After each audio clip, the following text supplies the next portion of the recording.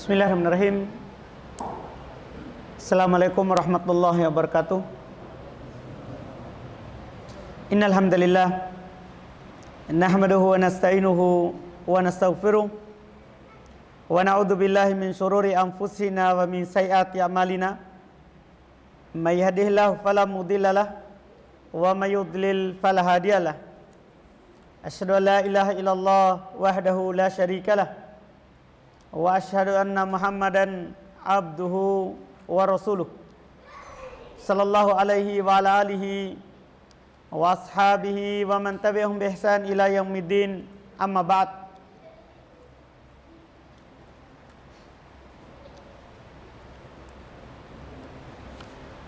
Kaum muslimin, al-ikhwan rahimani wa rahimakumullah, alhamdulillah pada kesempatan malam hari ini kembali Allah Subhanahu wa taala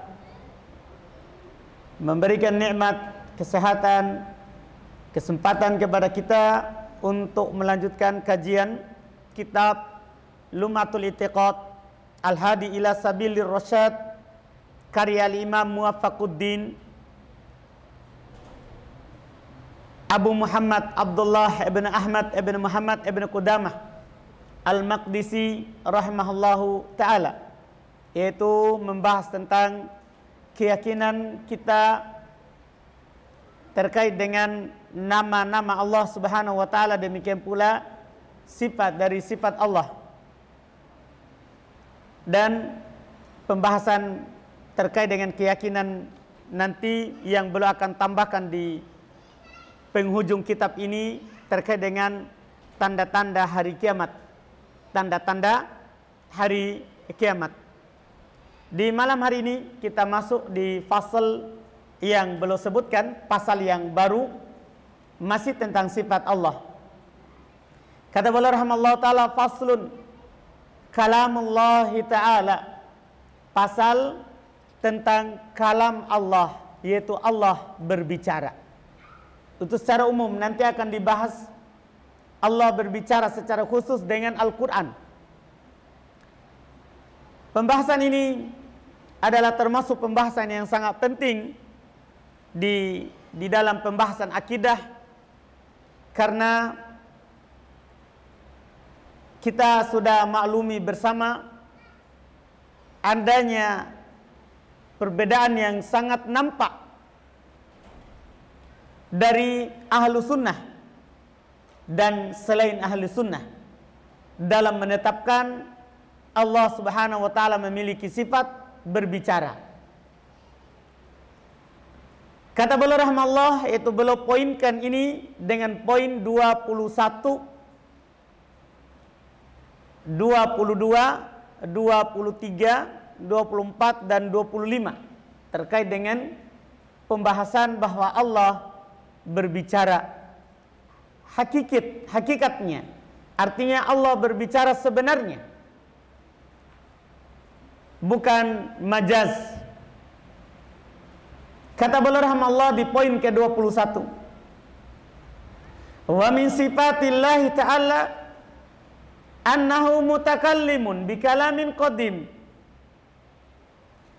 yusmi'uhu minhu man sya'a min khalqihi.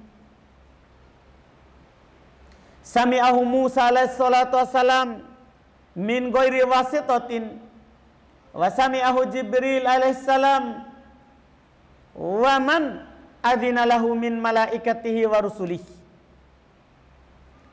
Ini paragraf pendek sekali tapi berisi keyakinan kaum muslimin dari masa Nabi sampai setelahnya para sahabat dan orang-orang mengikuti mereka dengan baik. Kata beliau rahmatullah, termasuk sifat Allah yang harus kita tetapkan sebagaimana yang Allah tetapkan, demikian pula sebagaimana Nabi kita tetapkan, bahwasanya Allah Subhanahu wa ta'ala itu berbicara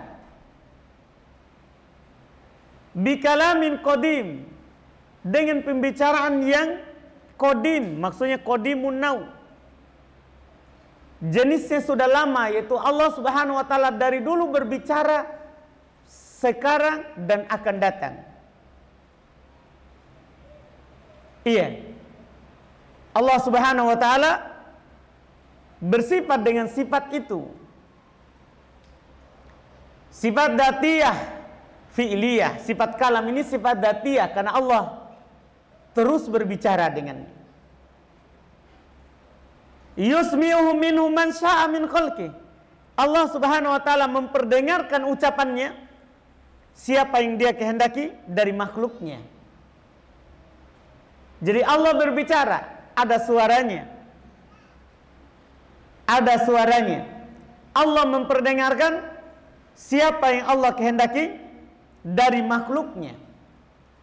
Di antaranya yang Allah perdengarkan kepadanya ucapannya, kalamnya, kata beliau, sami'ahu Musa alaihissalam.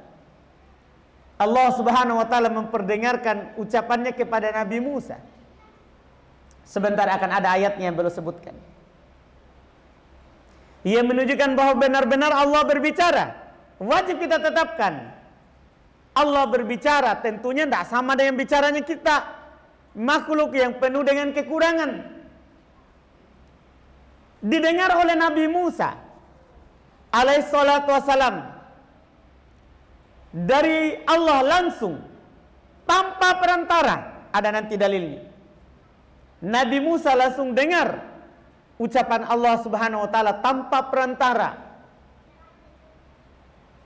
Wa sami'ahu Jibril alaihissalam, dan didengar juga oleh Jibril. Allah berbicara, Jibril mendengarnya.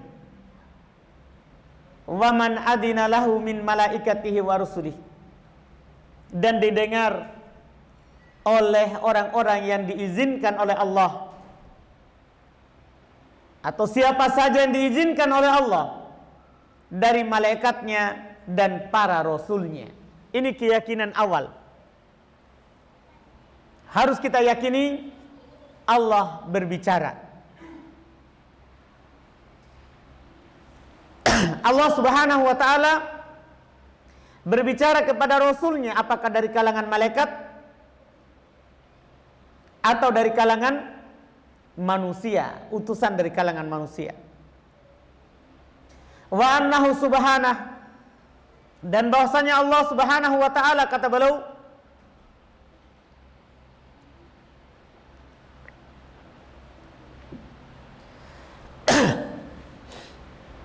yukallimul mu'minin.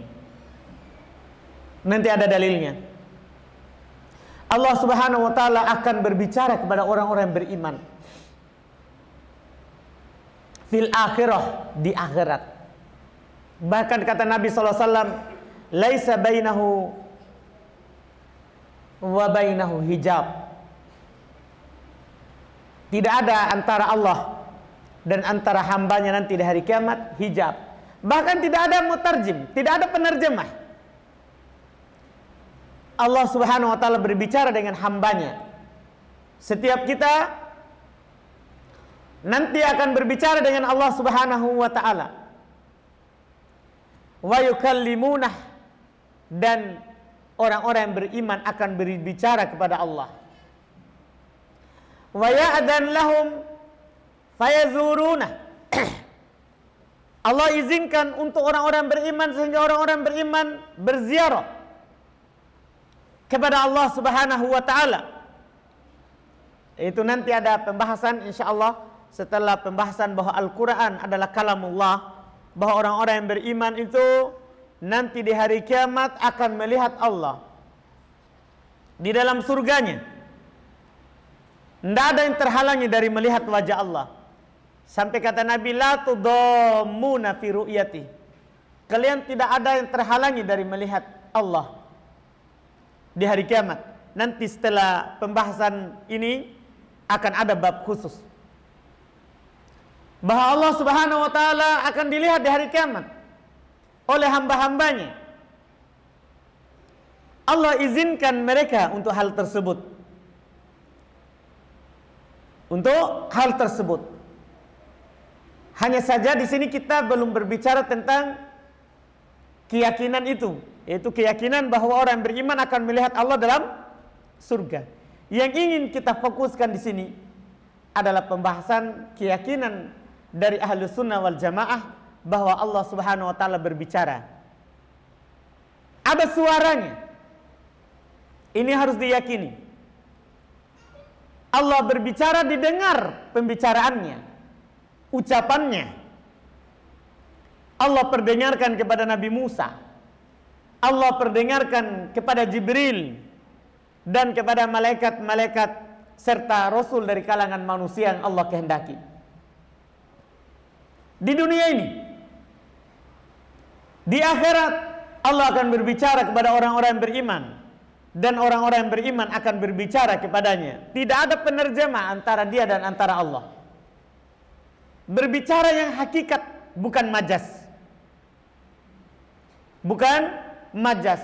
Ini keyakinan. Keyakinan ini dibangun di atas dalil Al-Quran dan Sunnah serta kesepakatan para ulama, para sahabat. Kata beliau, qala Allah Ta'ala, Allah berfirman, wa kallamallahu Musa taklima. Allah Subhanahu wa Ta'ala berbicara kepada Musa dengan sebenarnya. Allah Subhanahu wa Ta'ala benar-benar berbicara kepada Nabi Musa alaihissalatu wassalam. Jadi antum harus perhatikan ayat ini. Antum lihat di papan. Jadi ini tidak bisa dipalingkan ayat ini oleh orang-orang yang sesat. Antum harus perhatikan. Karena nanti ada pemahaman yang keliru dalam ayat ini. Demikian pula ayat yang lain yang semisal dengan ayat ini. Iya. Jadi ayatnya Allah berfirman,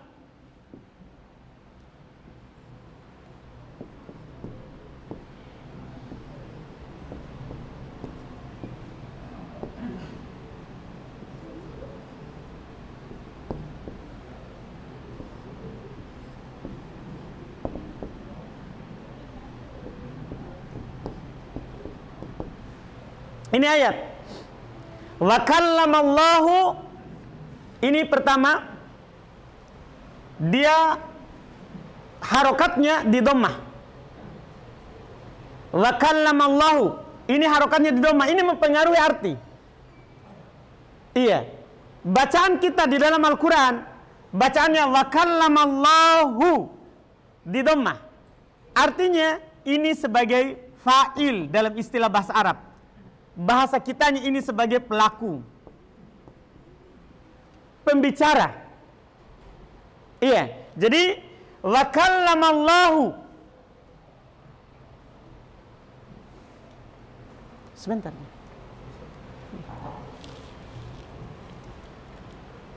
Jadi ini antum harus perhatikan ini ayat. Jadi wa kallamallahu dibaca dhamma, ini hanya huruf terakhirnya.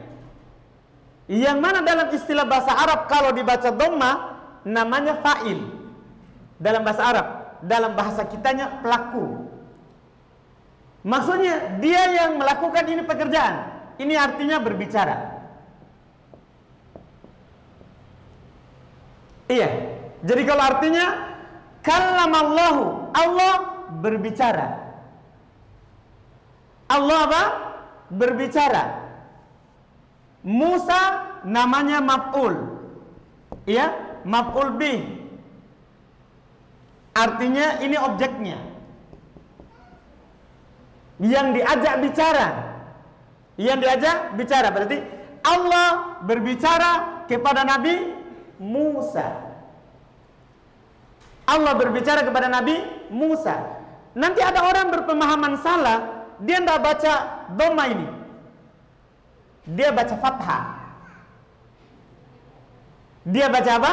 Fathah. Dia baca wa kallamallaha Musa.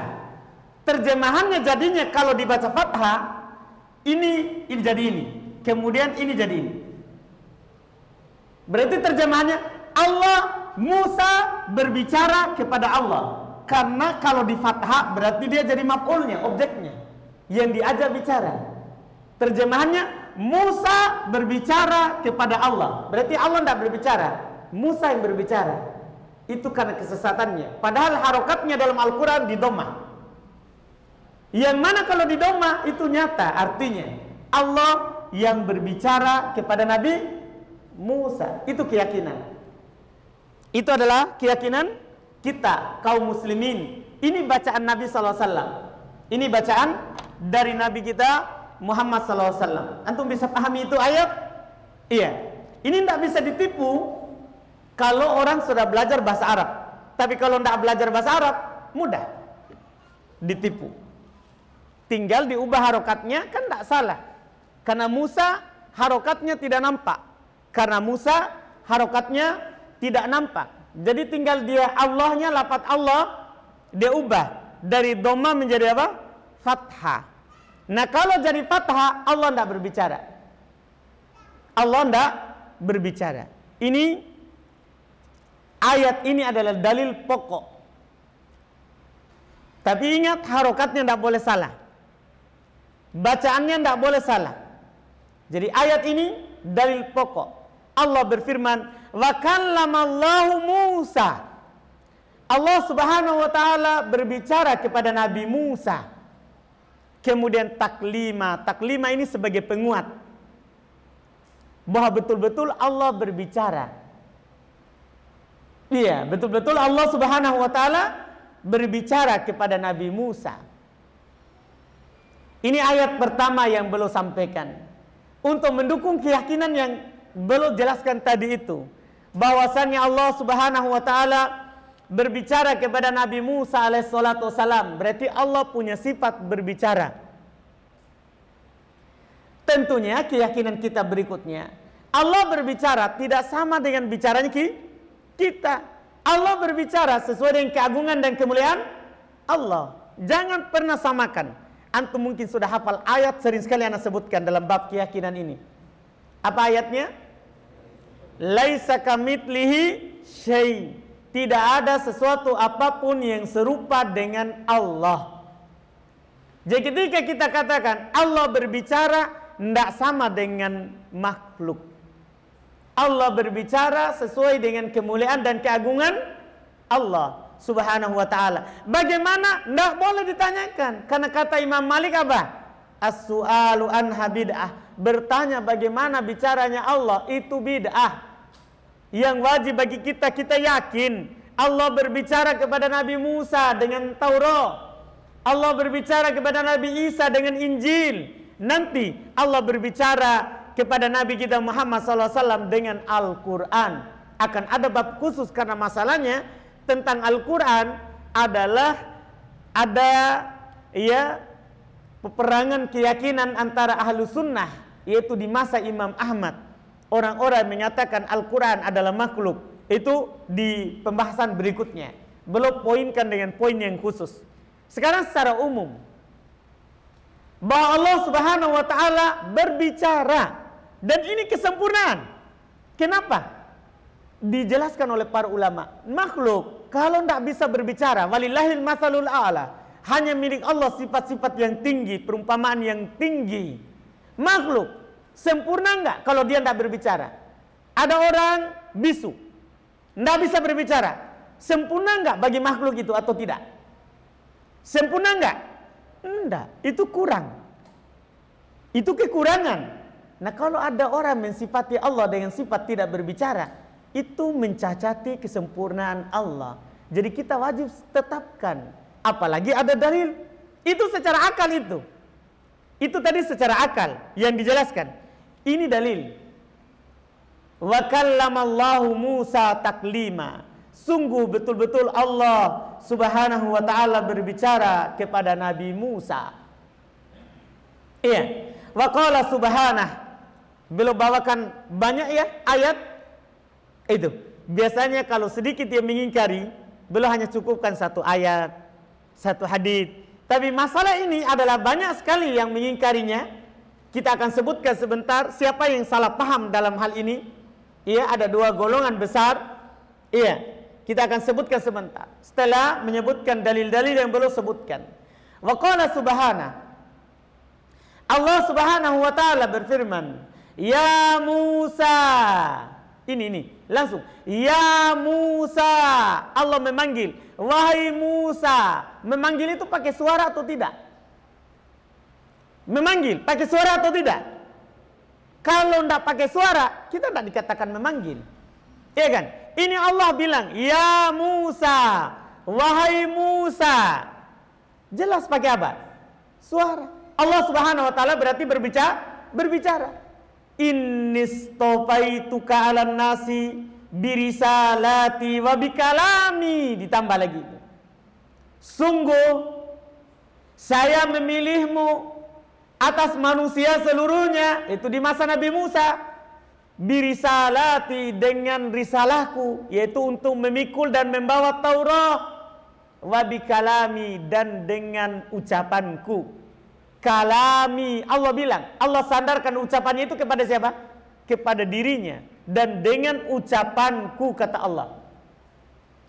Jelas sekali, awal ayat sama akhir ayat itu menetapkan Allah memanggil Nabi Musa, berarti Allah punya suara. Allah berbicara, karena Allah bilang, ya Musa, wahai Musa. Demikian pula di akhir ayat Allah katakan, wabikalami, dan dengan ucapan-ucapanku. Ya? Wa qala subhanahu, dan Allah berfirman, minhum man kallamallahu, sama dengan di papan tadi. Coba perhatikan ini harokatnya lafaz Allah. Wa minhum, di antara mereka, di antara ini para nabi Allah Subhanahu wa taala, man, ada yang kallamallahu, Allah berbicara langsung kepadanya. Jadi itu terjemahannya.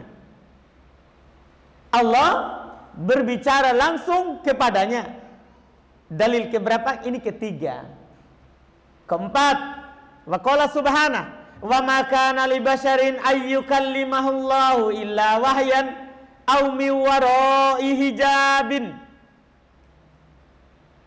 Tidak ada bagi seorang manusia Allah Subhanahu wa taala berbicara langsung kepadanya kecuali berupa wahyu. Jadi Allah tidak berbicara sembarang kepada manusia kecuali berupa apa? Wahyu. Au min wara'i hijab, atau di belakang hijab. Karena Allah tidak dilihat di dunia. Lan taroni hatta tamut. Kamu tidak akan melihatku sampai kamu mati. Karena Allah di dunia ini tidak dilihat dengan mata kepala. Nabi Musa meminta kepada Allah untuk dilihat, tapi Nabi Musa tidak mampu melihat Allah. Akan kita bahas nanti di pembahasan melihat Allah. Di pembahasan melihat Allah. Sekarang inti dari pembahasan kita di sini, ayyukallimahullahu. Perhatikan sama harokatnya di dhamma. Ayyukallimahullahu, Allah Subhanahu wa taala berbicara kepadanya. Sama semuanya. Ini ayat. Wa qala subhanahu, juga Allah berfirman, falamma ataha nudiya ya Musa. Masih sama. Tatkala dia sampai dan datang kepada tempat yang Nabi Musa datang kepadanya, di Wadi Muqaddas tua, lembah yang disucikan, maka dia dipanggil, ya Musa, wahai Musa, inni ana rabbuk, saya adalah Rabbmu. Lihat ini, Allah berbicara, ya Musa, wahai Musa, saya adalah Rabbmu, kata Allah. Allah berbicara. Allah Subhanahu wa taala berbicara kepada Nabi Musa. Wa qala subhanahu, dan Allah Subhanahu wa taala berfirman, innani anallah la ilaha illa ana fa'budni. Sungguh saya adalah Allah, tidak ada yang berhak disembah kecuali saya, kata Allah. Fa'budni, maka sembahlah saya. Ini Allah bilang, Allah berbicara. Sekali lagi Allah berbicara. Wa ghairu jaiz ayakula hada ahad ghairullah. Dan tidak mungkin, tidak boleh bahkan ada seorang yang mengatakan ini selain Allah. Mungkinkah ada orang bilang saya adalah Allah, tidak ada yang berhak disembah kecuali saya, maka sembahlah saya. Ada nggak orang yang bilang begitu selain Allah? Tidak mungkin. Ini Allah yang ucapkan. Berarti ini menunjukkan apa? Allah Subhanahu wa Ta'ala, Rabb kita yang maha sempurna, yang maha agung, itu berbicara. Berbicara. Karena tidak boleh yang seperti ini diucapkan oleh selain Allah. Kemudian di poin berikutnya kata beliau, wa qala Abdullah bin Mas'ud radhiyallahu ta'ala dan berkata Abdullah bin Mas'ud radhiyallahu ta'ala anhu, idza takallama Allahu bil wahyi, langsung lihat ini ditetapkan oleh salaf. Ibnu Mas'ud sahabat yang mulia, kata beliau, idza takallama Allahu bil wahyi, apabila Allah berbicara dengan wahyu. Jadi langsung ditetapkan. Ibnu Mas'ud bilang apabila Allah berbicara. Ini ucapan salaf. Sami'a sautahu ahlus sama, maka akan didengar suaranya oleh penduduk langit. Didengar suaranya. Berarti Allah apa? Berbicara. Ada suaranya. Ada hurufnya. Dipahami. Iya. Ini dari Ibnu Mas'ud. Wa rawa dzalika an Nabi sallallahu alaihi wasallam, dan diriwayatkan hal itu dari Nabi sallallahu alaihi wasallam. Wa rawa Abdullah bin Unais anin Nabi, dan diriwayatkan oleh Abdullah bin Unais dari Nabi sallallahu alaihi wasallam, annahu qala, bahwasanya Nabi bersabda, yuhsyarullahu al-khalaiq yaumal qiyamah, yahsyurullahu al-khalaiq yaumal qiyamah uratan hufatan gurlan buhma, fayunadihim bisautin yasma'uhu man ba'uda kama yasma'uhu man qarub, anal malik anad dayyan. Masya Allah. Rawahul a'immah wastashhada bihil Bukhari. Hadis ini diriwayatkan oleh para a'immah ahli hadis dan dikuatkan oleh al-Imam al-Bukhari.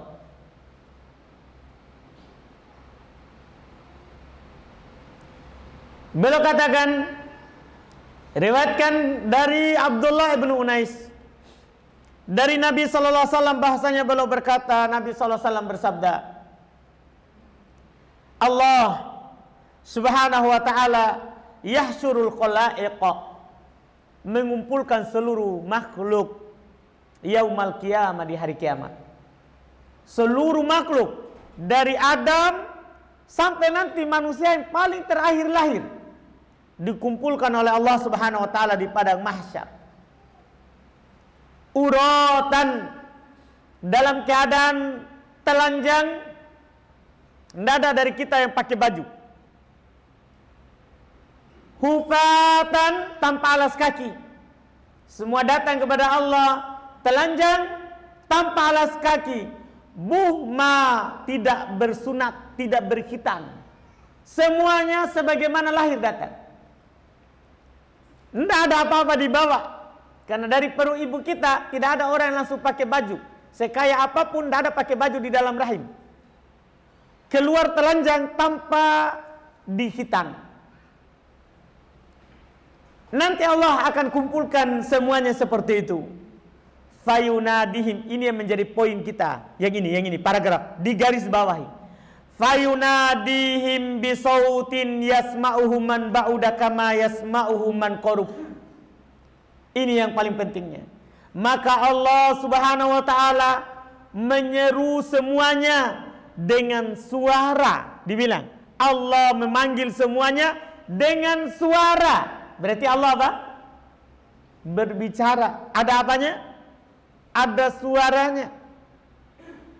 Yasma'uhu man ba'uda, didengar oleh yang paling jauh sebagaimana didengar oleh yang paling dekat. Jadi semuanya mendengar suara Allah. Bersamanya dengan apa? Bersamaan dengan itu banyak makhluk nanti di hari kiamat. Semuanya mendengar suara Allah. Berarti Allah berbicara. Apa ucapan Allah? Anal malik, saya adalah penguasa. Anad dayyan, saya adalah yang maha membalas semua yang dilakukan. Ini ucapan Allah. Allah bersuara. Suaranya itu didengar. oleh seluruh makhluk di padang mahsyar. Wa fi ba'dil athar dan di sebagian athar anna Musa alaihissalam lailatan ra'ad dar fahalathu fafazi'a minha fanadahu rabbuh. Jelas sekali. Ya Musa, fa'ajaba sari'an istinasan bisaut. Faqala labbaik labbaik asma'u sautak wala ara makanak fa aina ant? Faqala ana fawqak wa amamak wa an yaminik wa an shimalik. Fa'alima anna hadhihi sifah la tanbaghi illa lillahi ta'ala. Qala kadzalika anta ya ilahi. Fa kalamuka asma' am kalam rasulik? Qala bal kalami ya Musa. Sangat jelas apa yang beliau pakai berdalil, walaupun secara sanad apa yang beliau sampaikan ini itu hanya sebagai pendukung saja. Secara sanad ini adalah didoibkan. Secara sanad ini didoibkan oleh sebagian ulama, tapi diriwayatkan oleh Imam Al-Bukhari secara ta'liq di dalam sahihnya. Secara ta'liq dalam sahihnya bisa dijadikan sebagai apa? Pendukung. Dijadikan sebagai pendukung. Perhatikan ini asar. Diriwayatkan juga oleh Imam Al-Bukhari rahimahullah ta'ala, tapi secara ta'liq. Tahu secara ta'liq tanpa sanad. Bahwasanya Nabi Musa alaihissalatu wassalam di suatu malam, yaitu ini kejadiannya, Nabi Musa kan saat beliau menginjak usia dewasa, beliau mulai membela Bani Israel yang diperbudak oleh Fir'aun. Singkat cerita, pernah suatu ketika dia dapat di jalanan bahwa golongan dari Fir'aun memukul dari Bani Israel, sehingga yang dari kalangan Bani Israel ini meminta tolong kepada Musa. Maka Nabi Musa memukulnya 1 kali mati. Karena Nabi Musa adalah diantara Nabi Allah yang paling kuat. Tapi tidak dibilang premannya para Nabi, tidak boleh. Itu kekafiran, karena namanya preman itu kesannya tidak ada yang baik. Ya enggak? Wah, dia preman tapi soleh, tidak ada yang begitu. Ya namanya preman buruk. Jadi ini beliau adalah Nabi Allah yang paling kuat. Pernah waktu itu belum mandi di sungai, beliau selalu mandi pisah dengan orang-orang. Sehingga ada yang mengomentarinya kayaknya ada sesuatu, ada penyakitnya. Suatu ketika dia lagi mandi, Allah ingin memperlihatkan bahwa Nabi Musa bersih dari apa yang mereka tuduhkan. Jadi batu itu bawa lari pakaiannya. Batu yang bawa lari, bukan pakaiannya di air. Batu bawa lari, kuasanya Allah. Dia kejar sampai orang-orang melihat, oh bahwasanya dia tidak ada aibnya. Batu berhenti karena sudah selesai yang diinginkan. Pada saat dapat dia pukul batunya berbekas, bukan tangannya. Makanya dibilang Nabi Musa adalah orang yang paling kuat dari Nabi Allah, dari Rasul dan Nabi Allah subhanahu wa ta'ala. Saat dia bunuh tadi itu orang, beliau lari keluar dari Mesir, sampai ke suatu daerah yang bernama Madian. Di sanalah beliau menikah dengan seorang gadis. Ketika beliau diutus oleh Allah, diinginkan untuk diutus oleh Allah subhanahu wa ta'ala, maka beliau kembali ke Mesir. Pada saat jalan kembali dari Madian bersama keluarganya, ini dia. Lailatan ru'an nar. Di situ belum melihat api, ada cahaya. Maka dia kaget. Dia bilang ke keluarganya sebagaimana disebutkan dalam surat Toha, bahwa saya ke sana, bisa mendapatkan api itu untuk keluarganya. Ternyata sampai di sana, di sini langsung ceritanya. Fanadahu rabbuhu. Robnya memanggilnya. Namanya panggil, ada suara atau tidak? Ini penjelasannya. Di sini yang kita inginkan. bahwa Allah berbicara kepada Nabi Musa, ada suaranya karena Allah memanggil Nabi Musa. Fayuna dibilang fa'ajaba sari'an istinasan bisaut. Nabi Musa menjawab dengan cepat karena merasakan dan mendengar suara itu. Labbaik, labbaik. Saya jawab. Asma'u sautak, saya mendengar suaramu. Ini kata Nabi Musa ini. Saya mendengar suaramu. Ini jelas apa? Berarti Allah apa? Berbicara. Allah punya suara. Allah berbicara, Allah punya suara. Wala ara makanat, hanya saja kata Nabi Musa, saya tidak lihat tempatmu. Saya cuma mendengar suara. Fa aina ant, maka di mana engkau? Kata Nabi Musa, faqala ana fawqak. Maka Allah berkata, saya di atasmu. Wa amamak, dan saya di depanmu. Wa an yaminik, saya di kananmu. Wa an shimalik, dan saya di kirimu. Ini sekali bantahan yang sangat sangat menutup, membungkam mulutnya orang bilang Allah tidak di bawah, tidak di atas, tidak di kiri, tidak di kanan. Ini Allah bilang, Allah Maha Agung meliputi segala sesuatu. Makanya Allah bilang, saya di atasmu, saya di depanmu, saya di kananmu, saya di kirimu. Karena Allah meliputi segala sesuatu, tidak diliputi oleh apapun. Karena Allah Maha Besar. Fa'alima anna hadhihi as-sifat la tambagi lillah. Maka Nabi Musa langsung menyadari ini sifat tidak pantas kecuali hanya untuk Allah. Ini Allah ini yang berbicara. Setelah menyadari itu, maka beliau bilang, kadzalika anta ya ilahi. Demikianlah ini engkau ya wahai sembahanku. Apa kalamu ka asma? Apakah ucapanmu yang saya dengar? Au kalam rasulik, atau ucapan rasulmu? Ini bantahan. Karena ketika kita mengatakan Allah berbicara, orang-orang yang menafikannya, dia enggak, itu Jibril yang berbicara, Allah enggak. Lihat ini, Nabi Musa bilang kepada Allah, apakah ini yang saya dengar ucapanmu atau ucapan utusanmu? Kata Allah, kalabal kalami ya Musa. Bahkan ini ucapanku wahai Nabi Musa. Ini Allah berbicara, sangat jelas sekali, tidak bisa diingkari. Ini ayat dan ini hadis, dan sepakat para ulama salaf bahwa Allah Subhanahu wa taala itu berbicara. Bersifat dengan sifat berbicara, dia ada suaranya. Ini tidak ada mengingkarinya.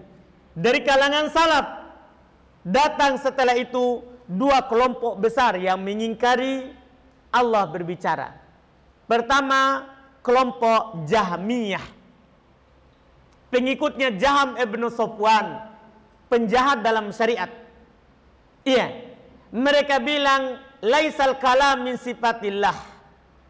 Kalam itu bukan dari sifat Allah, tapi dia bilang kalam itu adalah makhluk. Nanti ujung-ujungnya berarti itu Al-Quran yang kita pegang itu bukan sifat Allah, bukan kalamnya Allah, tapi makhluk.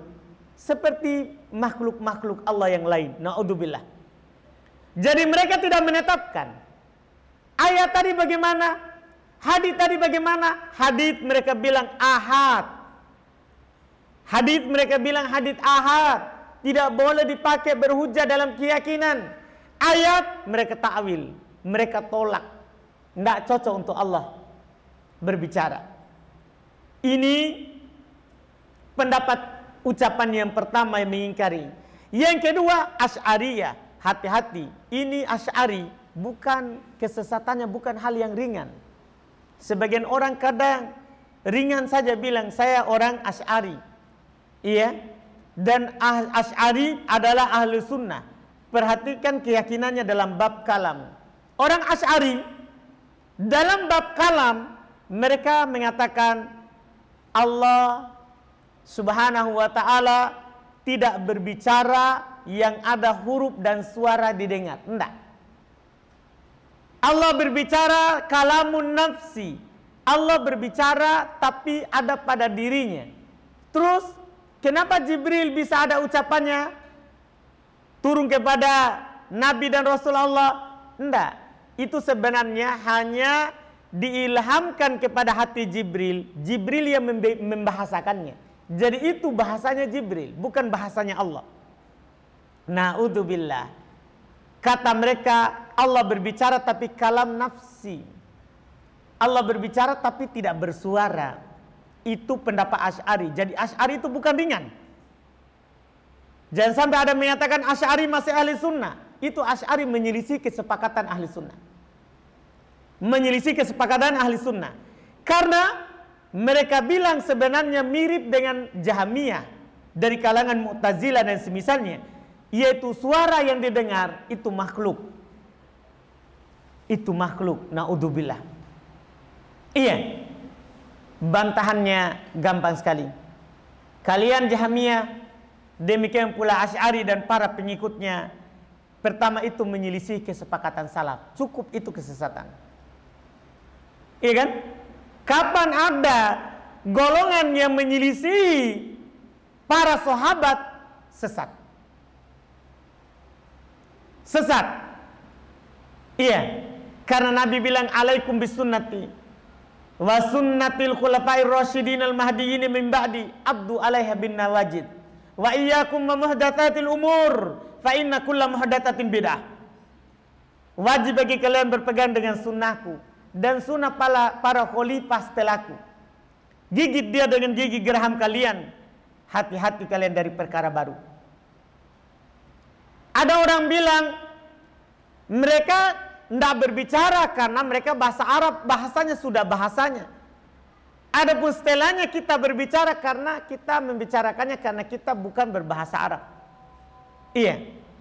Kita katakan, apakah kalau kita diam terhadap apa yang mereka diam darinya kita itu sulit? Atau apakah mereka tidak mampu berbicara seperti kita yang berbicara? Tentunya dua-duanya kita pasti jawab tidak. Kan begitu? Kalau ada yang bilang seperti itu. Iya. Kalau ada yang bilang seperti itu. Jadi ini pendapat menyelisih kesepakatan salaf. Cukup itu kesesatan. Jangan ada lagi yang bilang Asy'ari ahli sunnah. Tidak ada yang seperti itu. Asy'ari bukan ahli sunnah. Bukan ahli sunnah. Iya. Karena menyelisih salaf. Menyelisih salaf. Juga menyelisih dalil-dalil tadi kita sudah sebutkan. Dalil Al-Quran, dalil hadits, semuanya menunjukkan bahwa Allah Subhanahu wa taala berbicara, ada suaranya, ada hurufnya. Ada suaranya, ada hurufnya. Tidak perlu mungkin kita ulangi ayat-ayatnya atau hadits-haditsnya yang dibawakan oleh Syekh Muwaffaquddin Ibnu Qudamah rahimahullahu taala. Baik, kita adzan, kita cukupkan, baru kita masuk di tanya jawab. Masih ada pembahasannya tapi terkait dengan Al-Quran secara khusus. Beliau akan sebutkan fasalnya Al-Quran kalamullah. Bahwa Al-Quran ini adalah ucapan Allah, bukan makhluk. Ucapan Allah bukan makhluk. Ini di pertemuan akan datang insyaallah. Kita adzan dulu. Allahu Akbar, Allahu Akbar, Allahu Akbar, Allahu Akbar. Asyhadu an la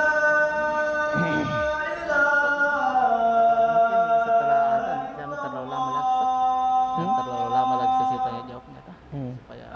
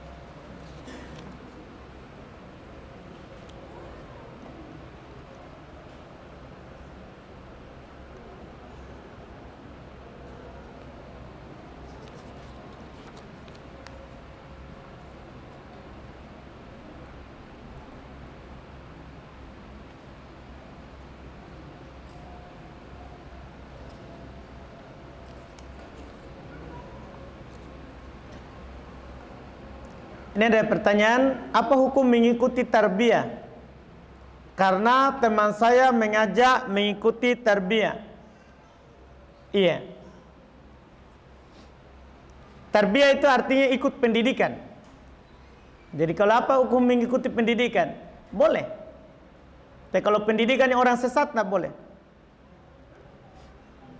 Itu kan tarbiyah artinya ikut dalam pendidikan. Itu artinya tarbiyah dari kata robba yurabbi tarbiyatan, mendidik. Mendidik. Ya, seperti gini kita bermajelis begini namanya kita tarbiyah. Karena anak menyampaikan kepada antum keyakinan ahli sunnah wal jamaah, begitu. Itu maksudnya tarbiyah, mendidik. Kalau kita bertanya apa hukum tarbiyah kepada golongan ini, golongan itu, baru dijawab. Iya.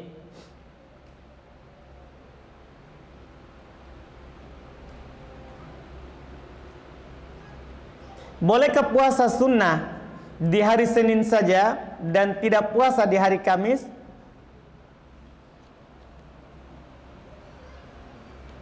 Hari Senin saja. Puasa apa itu?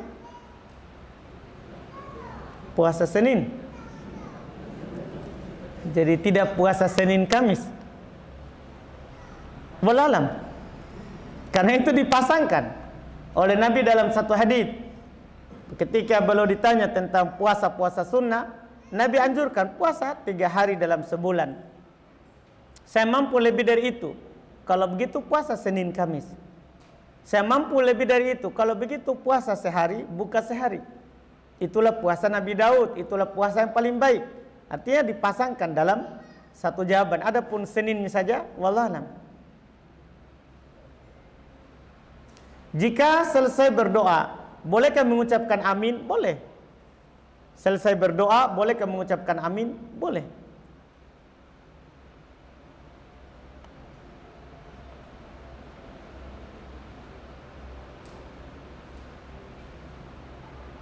Seorang ulama berkata, mungkin saja Allah bisa berbicara pada makhluknya selain para nabi sekehendak Allah.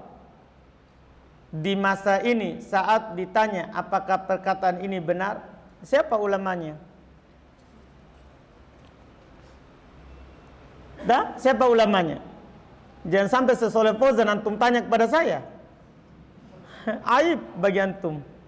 Masa saya yang harus ditanya kepada saya, gimana itu Ubaid itu miskin?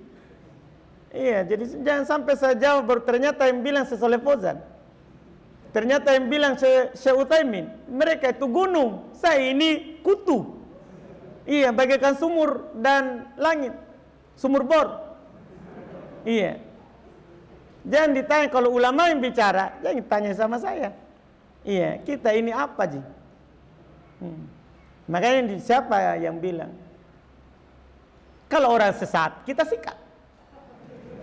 Iya, kan begitu. Makanya siapa ini ulamanya? Sebutkan. Karena kalau yang sesat, sikat.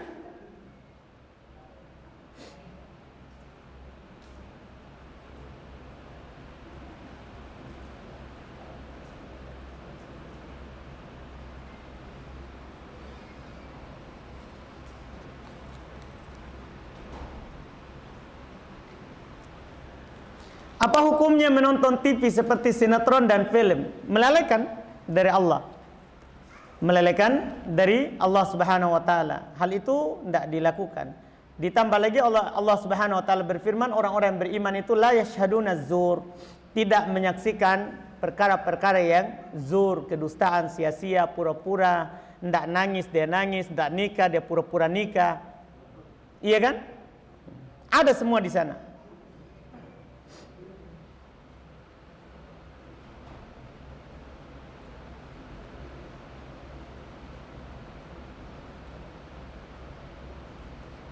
Apakah tetap ada balasan atas dosa atau maksiat yang telah berlalu? Tetap, kalau tidak bertobat. Tetap kalau tidak bertobat. Kalau sudah bertobat, tentunya tidak. Allah Subhanahu wa taala menutup hal tersebut dengan tobatnya.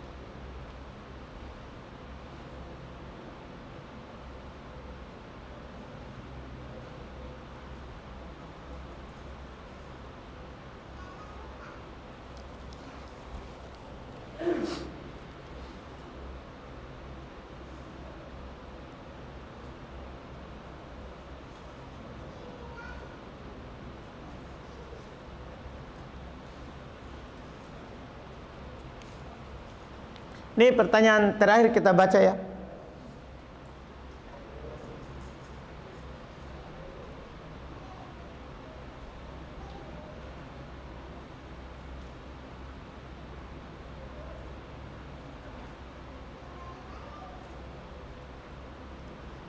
Bagaimana hukum orang yang tidak menerima takdir yang ditetapkan oleh Allah? Misalnya, Tuhan tidak adil karena berlalu cepat mengambil nyawa bapak saya. Iya, Masya Allah. Kalau orang yang tidak percaya terhadap takdir, itu kafir. Itu disepakati dari zamannya Ibnu Umar. Bahkan beliau bilang kalau mereka berinfak dengan segunung emas, segunung Uhud emas, Allah tidak akan menerimanya sampai mereka meyakini takdir. Rukun iman, termasuk rukun iman adalah beriman terhadap apa? Takdir, baik ataupun buruk. Makanya siapa yang tidak beriman terhadap takdir, itu kafir. Tidak diragukan akan kekafirannya.